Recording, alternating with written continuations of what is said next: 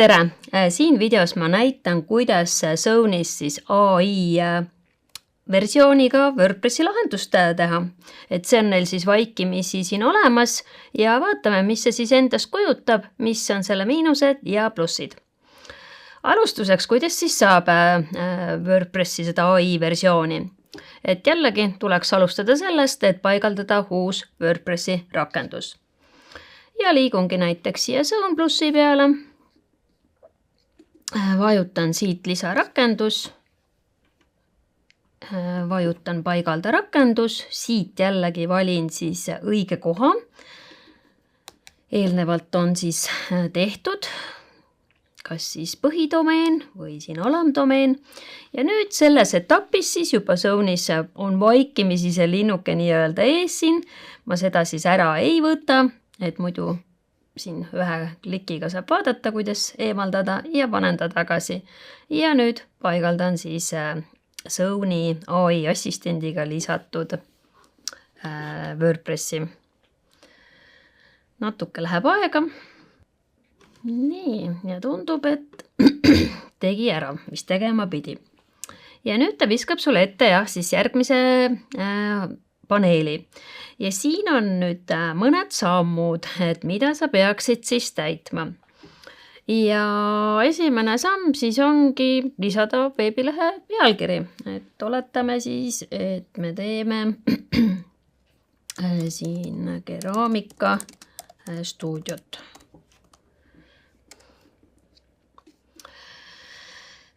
Siia siis tuleks kirjeldada veebilehe teemat. Siin on hallil taustal halliga märgitud ka, et halli kirjaga, et näidis.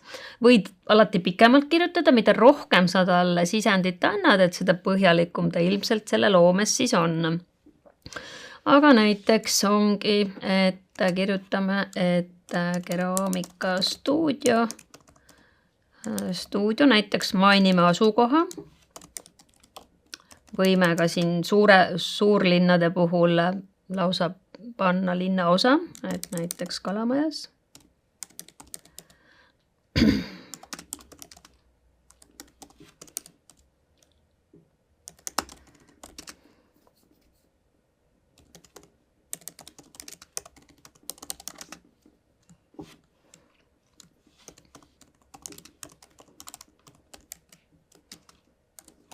No, näiteks selle võid lasta loomulikult luua ka ChatGPT-l, et saada põhjalikum, aga ma praegult peatungi rohkem selle funktsionaalsusel.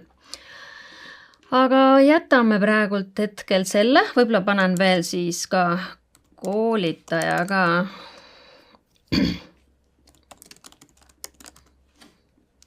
On näiteks paneme siin 20+ aastase kogemusega. Võib-olla selline asi ka veel vajalik.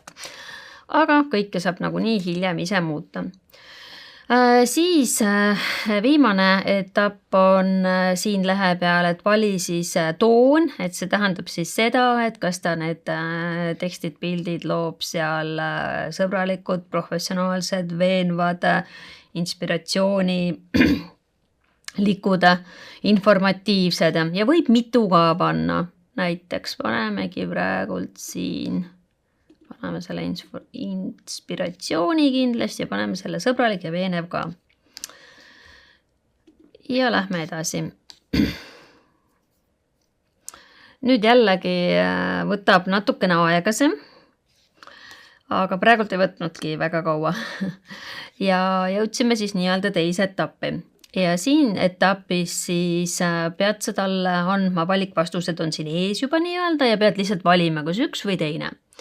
Et esimene küsimus on see, et mitu seda sisulehte sa sinna vajad. Ehk siis kas ta tuleb nii-öelda one-pager, ühe leheküljeline koduleht või tuleb mitu lehte, kus on avaleht, teenused, meist, tooted, võib-olla ka e-pood ja nii edasi. Nii et antud juhul ma jätangi selle sama variandi, mida ta ise ka pakub, et mitu lehte. Siis edasi, kas soovite külastajatega ühendust võtaksid? No ilmselt küll, ehk siis jah. Siin nüüd võib mõelda, et kas sul on mingit broneerimissüsteeme vaja või mitte, et võib-olla ma hetkel isegi selle panen ei. Ja viimane, et jällegi oluline, kas oled veebiäri või füüsiline äri, et kas kliendid saavad teie ettevõtet koha peal külastada. Kui ei saa, ehk siis peaks juhuslikult olema internetiäriga, siis loomulikult ei, aga meil antud juhul oli tegemist kohapealse koolituse asukohaga, nii et meil jääb see jah. Ja liigume kolmandasse etappi. See kolmas etapp võib nüüd aega võtta. Ja siin etapist nüüd see sisend, mis ma nüüd siin selle 2 eelmise etapiga andsin, vot siin etapist ta nüüd siis loob AI nii-öelda parima versiooni. Ja nüüd peab siis natukene ootama. Olemas ei läinudki väga kaua jällegi, et siin on nüüd mitukümmend erinevat versiooni. Mida saad siis vaadata? Kas sellise esmapilgul juba vaatadki siit niimoodi, viskad pilgu peale, kas see nii-öelda esilehe siis sektsioon sobib või siis saad ka niimoodi, et vot tundub, et see on päris hea, et korraks vajutan suuremaks, ehk siis ma saan siia tagasi tulla.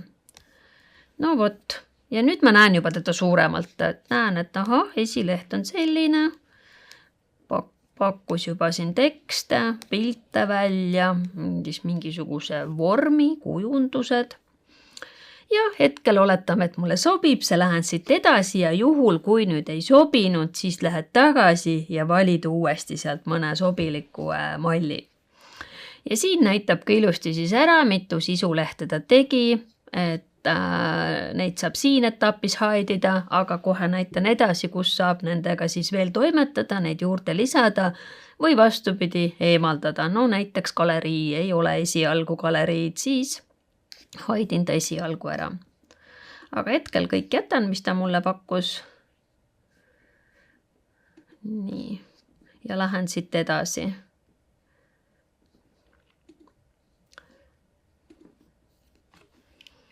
Ja nüüd läheb siis natukene veel aega ja siis peaksime jõudma WordPressi. Ja valmis. Nii, ja nüüd siis näitangi põhikoha ära, kus sa siis kõik muuta saad. Et selle Zone'i siis AI ehitajaga käib kaasas see site assistent. Et see site assistent ongi siis justkui nagu see sinu teema. Kujundusmall teema ja siin siis saad teha erinevaid siis muudatusi. Siit ta läheb siis kasutaja vaatesse ja kui siis soovid siin WordPressi peal muudatusi teha, siis lähed siia taha tuppa, et site assistent näiteks.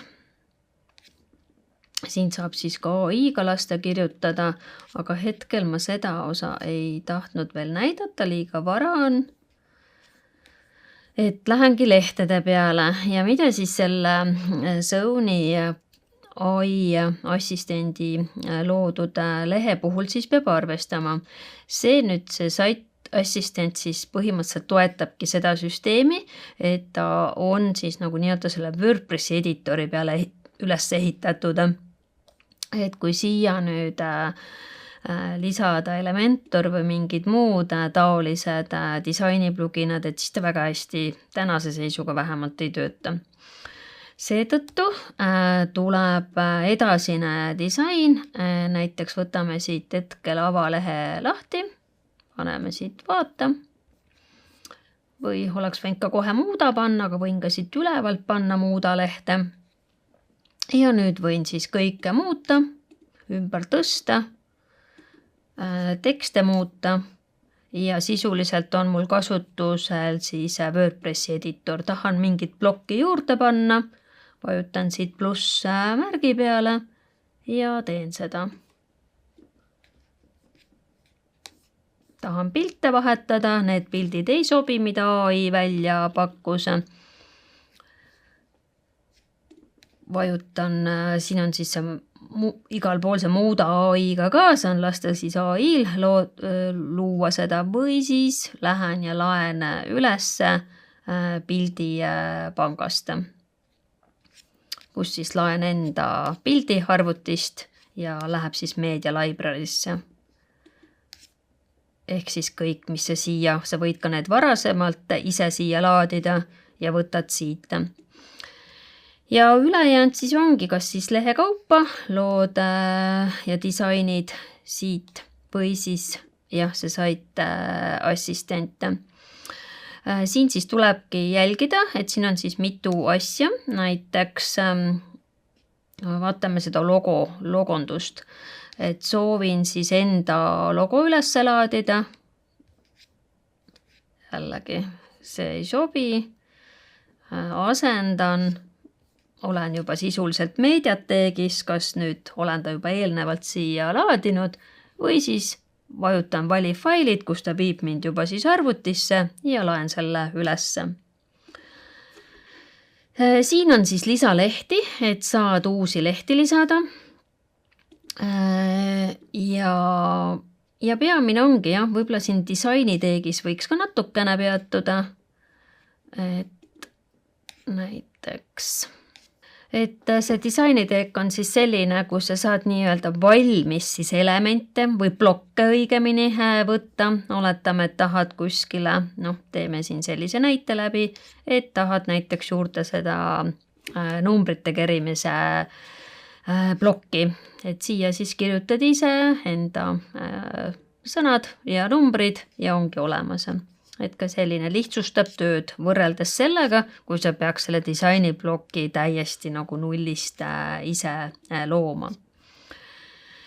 Nii et kokkuvõttes oligi selle video eesmärk näidata seda, kuidas Zone'is on võimalik siis WordPress AI toega laadida, paigaldada nii-öelda ja kuidas siis see siin välja näeb, et see saidi assistendi alt siis käivad need põhilised niisugused leheülesed muudatused ka ja kui midagi juba lehekaupa muuta soovid, siis lähedki selle lehe peale, mida parasjagu muuta soovid ja oledki muudatuste sektsioonis ja WordPress editori funktsiooniga.